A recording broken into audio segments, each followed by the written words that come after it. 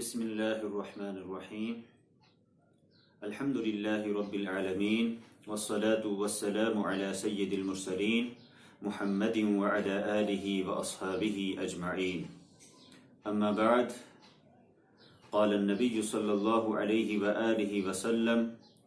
اذا كان يوم صوم احدكم فلا يرفث يومئذ ولا يصخب فإن شاتمه أحد أو قاتله فليقل إني امرؤ صائم أو كما قال عليه الصلاة والتسليمات۔ مشاہدین کرام، فقہی نقطہ نگاہ سے روزے کے متعلق یہ تفصیلات آتی ہیں کہ صوم اور روزے کا مطلب ہے کھانے پینے اور ازدواجی تعلق سے اپنے آپ کو دور رکھنا، اور جو بھی روزے کے مبتلات ہیں، مفسدات ہیں، روزے کو توڑنے والی چیزیں ہیں، ان سے اپنے آپ کو دور رکھنا، یہ صوم ہے، یہ روزہ ہے۔ لغوی اعتبار سے اصلاً صوم کے معنی آتے ہیں الامساک، کسی چیز سے اپنے آپ کو روکے رکھنا۔ اللہ کے رسول صلی اللہ علیہ وسلم نے احادیث میں جو تفصیلات بیان فرمائی ہیں، اس سے ہمیں یہ بات معلوم ہوتی ہے کہ روزہ جہاں ظاہری چیزوں سے بچنے کا نام ہے، وہیں روزہ اس چیز کا نام بھی ہے کہ انسان کا قلب بھی، اس کا دل بھی، اس کا دماغ بھی، اس کے اعضاء اور جوارح بھی ہر قسم کی غلط چیزوں سے اپنے آپ کو دور رکھیں، باز رکھیں۔ اگر انسان ظاہری طور پر روزہ رکھ رہا ہے، ظاہری طور پر وہ کھا نہیں رہا ہے، پی نہیں رہا ہے، کوئی ایسا عمل نہیں کر رہا ہے جس کی وجہ سے اس کا روزہ فاسد ہو جائے، تو اس کے بارے میں یہ کہا جا سکتا ہے کہ اس کا روزہ ہو گیا، لیکن کیا اللہ کی بارگاہ میں اس کا روزہ قبول ہوا یا نہیں، اس کی کوئی گارنٹی نہیں، کیونکہ اللہ کی بارگاہ میں روزے کی قبولیت کے لیے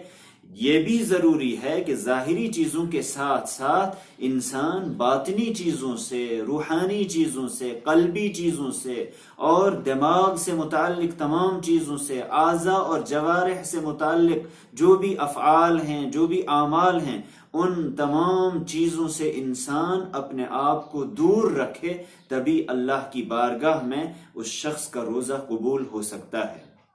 حضرت جابر بن عبداللہ رضی اللہ تعالی عنہ کا قول ہے،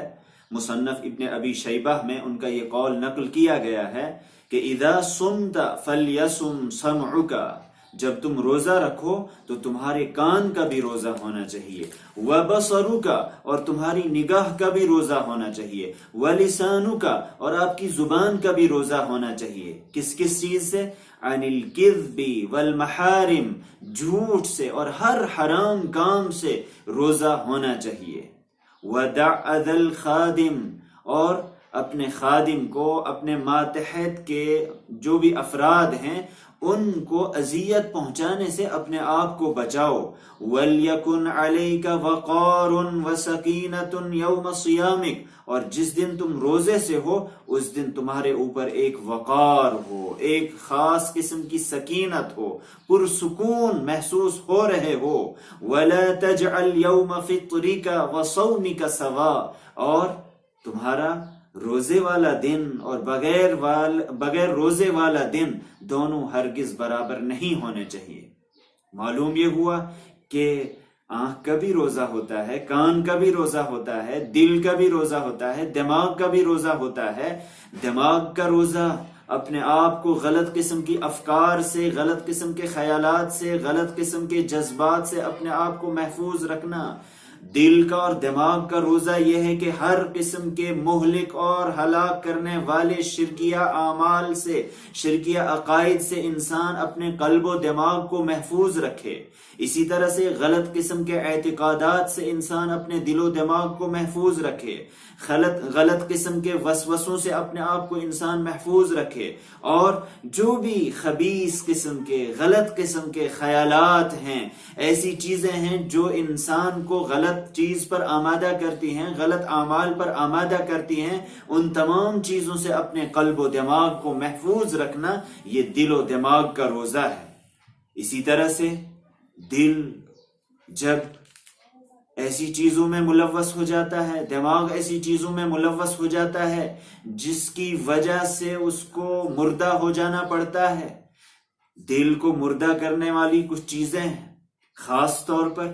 لا یعنی گفتگو، بیجا گفتگو، ایسی گفتگو جس کا کوئی حاصل نہیں، اس سے انسان کا دل مردہ ہو جاتا ہے. بدنگاہی سے انسان کا دل مردہ ہو جاتا ہے. غلط چیزوں کو دیکھنا، غلط سین اور غلط مناظر کا مشاہدہ کرنا، جہاں اس کے اثرات آنکھوں پر ہوتے ہیں وہیں دل بھی اس کے ذریعے مردہ ہو جاتا ہے. اسی طرح سے بیجا اور غیر شرعی اختلاط، بیجا میل جول غیر محرموں کے ساتھ، ایسی جگہوں پر جانا جہاں مرد و زن کا اختلاط ہو، مرد اور خواتین ایک ساتھ ہوں اور حلال و حرام کی کوئی تمیز نہ ہو، اس سے بھی دل مردہ ہو جاتا ہے. اسی طرح سے زیادہ کھانا، زیادہ سونا، اس کے بھی اثرات ہوتے ہیں. زیادہ کھانے سے انسان کا دل مردہ ہو جاتا ہے، زیادہ سونے سے انسان کا دل مردہ ہو جاتا ہے. اللہ کے رسول صلی اللہ علیہ وسلم نے فحش گوئی، بد گوئی کے بارے میں ارشاد فرمایا، بلکہ حکم دیا کہ اذا کان یوم صوم احدکم، جب میں سے تم میں سے کسی کا روزہ ہو، فلا یرفث یومئذ، اس دن نہ وہ فحش گوئی کرے، زبان سے بھی کوئی بد کلامی نہ کرے، ایسی فحش بات نہ کرے جو اس کے روزے پر اثر انداز ہو سکتی ہو. اسی طرح سے کوئی ایسا عمل بھی نہ کرے جس کا تعلق فواحش سے ہو، جس کا تعلق گناہوں سے ہو. ولا یصخب، اور نہ ہی انسان کو اپنی آواز کو بلند کرنا چاہیے. آواز بلند کی جاتی ہے شور کے وقت، ہنگامے کے وقت، لڑائی کے وقت، یعنی جب انسان غصے میں ہو اس وقت اپنی آواز کو بلند کرنا یہ روزے کے منافی ہے. گالم گلوچ کرنا، کسی کو برا بھلا کہنا، یہ تمام چیزیں روزے کے منافی چیزیں ہیں. اللہ کے رسول صلی اللہ علیہ وسلم نے فرمایا فَإِن شَاتَمَهُ أَحَدٌ، اگر کوئی اس کو گالی دے، او قاتلہ، یا اس سے لڑائی کرے، جھگڑا کرے، فَلْيَقُلْ، اس کو بس اتنا کہہ دینا چاہیے إِنِّ امْرُؤٌ صَائِمٌ، میں روزے سے ہوں، میں لڑائی نہیں کر سکتا ہوں، میں گالی گلوچ سے کام نہیں لے سکتا ہوں. گویا کہ زبان کا بھی روزہ رکھنا ہے، ہاتھوں کا بھی روزہ رکھنا ہے، اعضاء اور جوارح کا بھی روزہ رکھنا ہے. انسان کا دل بھی روزے سے ہو، دماغ بھی روزے سے ہو، اس کے پورے اعضاء جسم وہ روزے سے ہوں، تبھی اللہ کی بارگاہ میں اس کا روزہ قابل قبول ہو سکتا ہے. دل کو مردہ کر دینے والی ہر چیز سے انسان کو اجتناب کرنا ہے، عام حالات میں بھی کرنا ہے، لیکن روزے کی حالت میں خاص طور پر اجتناب کرنا ہے. حضرت عبداللہ ابن مبارک رحمہ اللہ نے اس حوالے سے ایک بات ارشاد فرمائی ہے. اشعار کی زبان میں انہوں نے ایک میسیج اور ایک پیغام دیا ہے کہ رأیت الذنوب تمیت القلوب وقد یورث الذل ادمانها، میں نے دیکھا کہ گناہ وہ قلوب کو، دلوں کو مردہ کر دیتے ہیں، اور گناہ مسلسل کرتے رہنا اس کے ذریعے انسان ذلت اور رسوائی کا شکار ہو جاتا ہے. وَتَرْكُ الذُّنُوبِ حَيَاةُ الْقُلُوبِ وَخَيْرٌ لِنَفْسِكَ عِصْيَانُهَا، گناہوں کو ترک کرنا، گناہوں کو چھوڑ دینا، یہی اصل دلوں کی زندگی ہے. یعنی اس کے ذریعے انسان کا دل زندہ ہو جاتا ہے. اگر وہ گناہوں سے بچتا ہے، اجتناب کرتا ہے، تو یہی اصلاً دلوں کی زندگی ہے. اور وہ نصیحت کر رہے ہیں کہ خیر لنفسک عصیانها، تمہاری ذات کے لیے، تمہارے نفس کے لیے بہتر یہی ہے کہ تم گناہوں کے بارے میں نافرمانی کرو، یعنی گناہوں کا ارتکاب نہ کرو، گناہوں کے برعکس کام کرو، نیکیوں کے کام کرو. وَقَدْ أَفْسَدَ الدِّينَ إِلَّا الْمُلُوكُ وَأَحْبَارُ سُوءٍ وَرَحْبَانُهَا، دین کو تو تباہ کیا، برباد کر دیا ان لوگوں نے جو بادشاہ ہیں. جو بادشاہ ہوا کرتے ہیں وہ دین کو تباہ کر دیتے ہیں اگر وہ غلط رخ پر ہیں، غلط پیٹرن پر ہیں، غلط طریقہ زندگی اختیار کیے ہوئے ہیں. سب سے زیادہ دین کو تباہ کرنے والے وہی لوگ ہیں. وَأَحْبَارُ سُوءٍ، اور دوسرے نمبر پر برے علماء، برے جاننے والے جو بظاہر جاننے والے ہوں لیکن اس کے ساتھ ساتھ جن کو مذہبی شخصیات کہا جاتا ہے، حبر، چاہے وہ یہودیوں کی مذہبی شخصیات ہوں یا عیسائیوں کی مذہبی شخصیات ہوں، مسلمانوں کی مذہبی شخصیات ہوں، بری مذہبی شخصیات، انہوں نے بھی دین کو تباہ کر دیا، برباد کر دیا۔ وَرُهْبَانُهَا، اور غلط قسم کے جو بظاہر عبادت گزار ہوتے ہیں لیکن حقیقت میں وہ عبادت گزار نہیں بلکہ اور کچھ ہوتے ہیں، شیطان ہوتے ہیں، ان لوگوں نے دین کو تباہ کر دیا، برباد کر دیا۔